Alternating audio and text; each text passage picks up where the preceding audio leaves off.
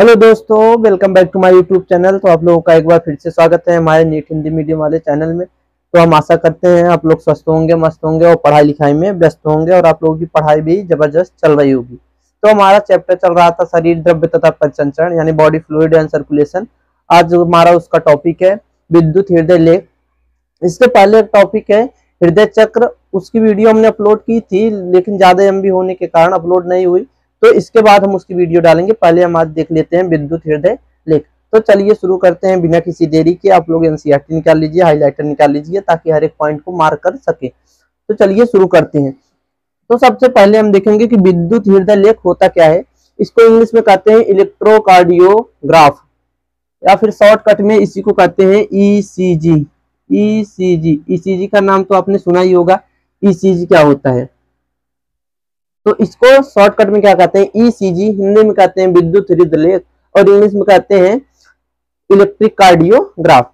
अब क्या होता है कि एनसीईआरटी सबसे पहले लिखती है कि जब आप अस्पताल में किसी बीमार व्यक्ति को देखने जाते हैं जिसको हृदय संबंधी रोग हुआ होता है, तो उसको जब मॉनिटरिंग मशीन पर लेटाया गया होता है तो वहां से आवाज आती है पीप पीप पीप की। ऐसे एनसीईआरटी में लिखा है। तो आप लोगों ने सुना भी होगा, जब अस्पताल में कहीं गए होंगे तो वहां पीप पीप की आवाज सुनी होगी। वो जो पीप पीप की आवाज आती है वो कहाँ से आती है, इस मशीन से आती है, ईसीजी वाली मशीन से आती है। अब यहाँ पर ईसीजी दो है, यहाँ पर इसका दो मतलब है। एक का है इलेक्ट्रोकार्डियोग्राफ और एक क्या है इलेक्ट्रोकार्डियोग्राम। ग्राफ और ग्राम दो चीजें हैं। तो यहाँ जो ग्राफ है इलेक्ट्रोकार्डियोग्राफ ये मशीन का नाम है, और जो इलेक्ट्रोकार्डियोग्राम है ये जो आपके ईसीजी होता है इसको कागज पर उकेर दिए जाते हैं, यानी कागज पर जो रिपोर्ट बनाई जाती है उसे कहते हैं इलेक्ट्रोकार्डियोग्राम। ईसीजी क्या करती है, जो इलेक्ट्रोकार्डियोग्राफ होता है ये मशीन होती है, ये हमारे हृदय के वैद्युत गतिविधियों को रिकॉर्ड करती है, और वो जो रिकॉर्ड करती है उसको कागज पर उकेरने की यानी कागज पर उसको उतार कर जो रिपोर्ट बनाई जाती है उसे कहते हैं इलेक्ट्रोकार्डियोग्राम। तो क्या लिखा गया है कि इसका दो मतलब है। एक होता है इलेक्ट्रोकार्डियोग्राफ, ये क्या होती है, ये मशीन होती है। इलेक्ट्रोकार्डियोग्राफ क्या होती है, मशीन होती है, और ये क्या करती है विद्युत की हृदय की वैद्युत गतिविधियों को रिकॉर्ड करती है। जो हमारे हृदय में वैद्युत गतिविधियां हो रही हैं उनको रिकॉर्ड करने का काम करती है इलेक्ट्रोकार्डियोग्राफ, जो एक मशीन है। और जो रिकॉर्ड करती है वैद्युत गतिविधियों को, उसको जो हृदय की गतिविधियों को ये रिकॉर्ड करती है, उस गतिविधि को कागज पर उकेरना यानी कागज पर उसको प्रदर्शित करना, वो जो होता है उसे कहते हैं इलेक्ट्रोकार्डियोग्राम। यहाँ पर ग्राम और ग्राफ दो शब्द हैं और दोनों में कंफ्यूज मत होना। जो ग्राफ होता है ये मशीन होती है और जो ग्राम होता है वो मशीन द्वारा रिकॉर्ड किए गए विद्युत गतिविधि को कागज पर उतारा जाता है, उसे कहते हैं इलेक्ट्रोकार्डियोग्राम। अब ईसीजी दो तरीके से की जाती है। एक होती है मानक ईसीजी, सामान्य ईसीजी की जाती है। सामान्य ईसीजी की जाती है सामान्य अवस्था में, जब कोई भारी रोग नहीं होता है तब हम क्या करते हैं मानक ईसीजी से पता कर लेते हैं कि हमारी वैद्युत की गतिविधियां कैसी चल रही हैं, हृदय की गतिविधियां कैसी चल रही हैं। जब मानक ईसीजी से हमको बीमारी का पता नहीं चल पाता तो हम विस्तृत ईसीजी करते हैं यानी डिटेल्ड ईसीजी करते हैं उस रोग को जानने के लिए। अब इन दोनों का जो प्रक्रिया है अलग अलग है। क्या है आइए देखते हैं। तो ये जो हमारा मानक ईसीजी होता है जो हम सामान्य अवस्था में करते हैं, ये जो मानक ईसीजी होता है इसमें 3 इलेक्ट्रिक लीड का यानी 3 वैद्युतीय लीड का उपयोग किया जाता है, जिसमें से जो 2 लीड होती हैं वो आपके दोनों कलाई में, एक दाई कलाई में एक बाई कलाई में, और जो तीसरी लीड होती है उसको बाई एड़ी में, याद रखना कि बाई एड़ी में जोड़ा जाता है।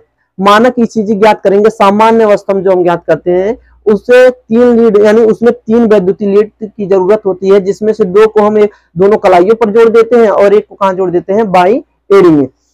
जबकि हम जब डिटेल्ड ईसीजी करते हैं यानी पूरे शरीर का डिटेल्ड में ईसीजी करते हैं, विस्तृत ईसीजी करते हैं, उस समय हम 8 वैद्युत लीड यानी 8 इलेक्ट्रिक लीड का उपयोग करते हैं, जिसमें से आपकी कलाई में भी लगी होगी, एड़ी में भी लगी होगी और कुछ लीड सीने में भी लगाई जाती है। आप लोगों ने देखा भी होगा, कभी कभी फिल्म में दिखाया जाता है कि जो व्यक्ति बीमार होता है उसके सीने में भी लीड लगी होती है, हाथ में भी लगी होती है और पैर में भी लगी होती है।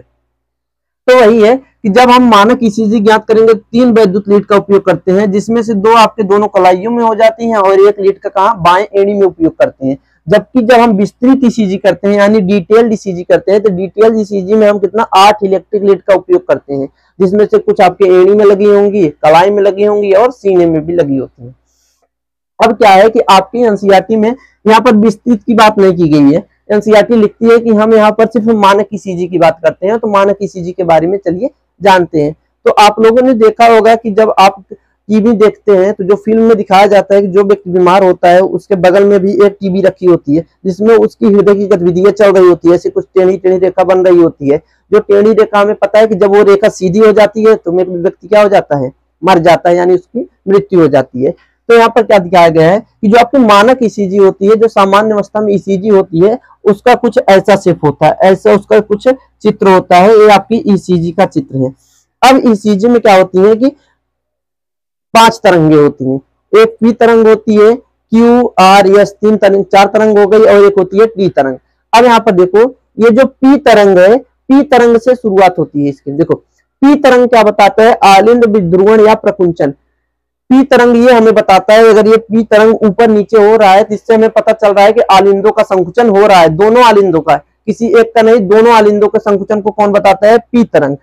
जो आपका क्यू तरंग होता है, यहां से नीले प्रकुंचन देख रहे होगे कि यहां से नीले प्रकुंचन शुरू हो रहा है, तो यहां से नीले प्रकुंचन शुरू होता है, इसलिए कहा जाता है कि ये जो क्यू होता है ये नीले प्रकुंचन की शुरुआत का द्योतक होता है, यानी यहां से हमें पता चलता है कि नीले संकुचन शुरू होने वाला है। क्यू आर ये सबसे ज्यादा पॉइंट है, यानी यहाँ पर नीले संकुचन एकदम अपने चरम पे होगा, एकदम सीमा पे होगा। यहाँ पर क्या होता है कि यस, यानी क्यू आर यस, इन तीनों को मिला दे तो कॉम्प्लेक्स बन जाता है। यानी हमें पता है जब 2 या 2 से अधिक चीजों को हम बनाते हैं तो कठिन बन हो जाता है, जिसे हम कॉम्प्लेक्स कहते हैं। तो यहाँ पर जो क्यू आर यस कॉम्प्लेक्स बनता है, ये क्यू आर कॉम्प्लेक्स क्या बताते हैं, नीले आध्रुवण या विध्रुवण या प्रकुंचन, यानी चाहे जो कर लो, आध्रुवण, विध्रुवण और प्रकुंचन तीनों का मतलब क्या होता है, सिस्टोल होता है, यानी नीले संकुचित होता है। तो यानी क्यू आर एस हमें क्या बताता है, नीले का प्रकुंचन या संकुचन बताता है।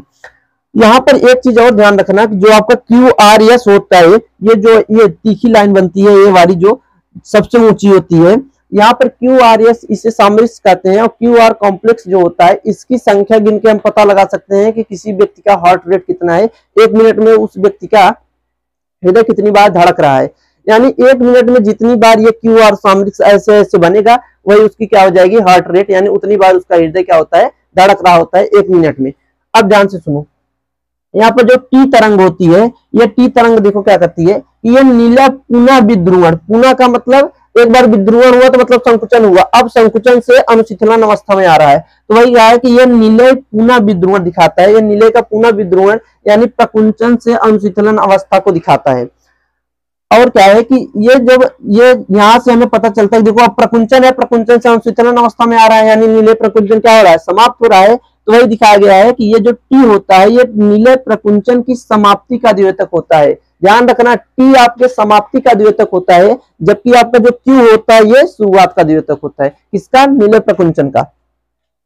आपकी ये जो ईसीजी होती है, इसकी कुछ ऐसी संरचना होती है, जब इसकी संरचना में या फिर इसकी आकृति में, आकार में कोई हमें भिन्नता दिखती है, परिवर्तन दिखता है, तो मतलब हमारे शरीर में कोई न कोई बीमारी है। तो यानी इसकी आकृति संरचना में जो बदलाव होता है वो किसी न किसी बीमारी को इंगित करता है। और इस ईसीजी का हमारे चिकित्सीय महत्व यानी मेडिकल में बहुत ज्यादा ही उपयोग है। तो यहाँ पर वही लिखा गया है कि जो आपकी ईसीजी होती है, इसकी संरचना आकृति में किसी परिवर्तन होता है तो वो बीमारी को इंगित करती है, और इसका चिकित्सीय महत्व क्या है, बहुत ज्यादा है। तो आप लोग देख रहे होंगे कि हमारा वीडियो 5 से 7 मिनट का हुआ और पूरा विद्युत हृदय लेख, जिसे हम कहते हैं इलेक्ट्रोकार्डियोग्राफ या फिर ईसीजी, कंप्लीट हो गया और एनसीईआरटी का हर एक पॉइंट भी कवर हुआ।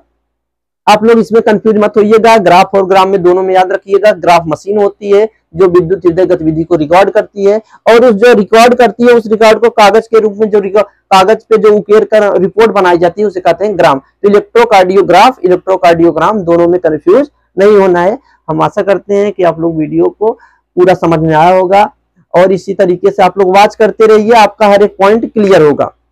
लाइक एंड शेयर कर दीजिएगा मन करे तो, और कमेंट बॉक्स में एक प्यारा सा कमेंट भी छोड़ दीजिएगा, ताकि हमको पता चल सके कि हमारी जो वीडियो है आप लोगों को समझ में आती है कि नहीं। तो चलिए ठीक है, थैंक यू, धन्यवाद।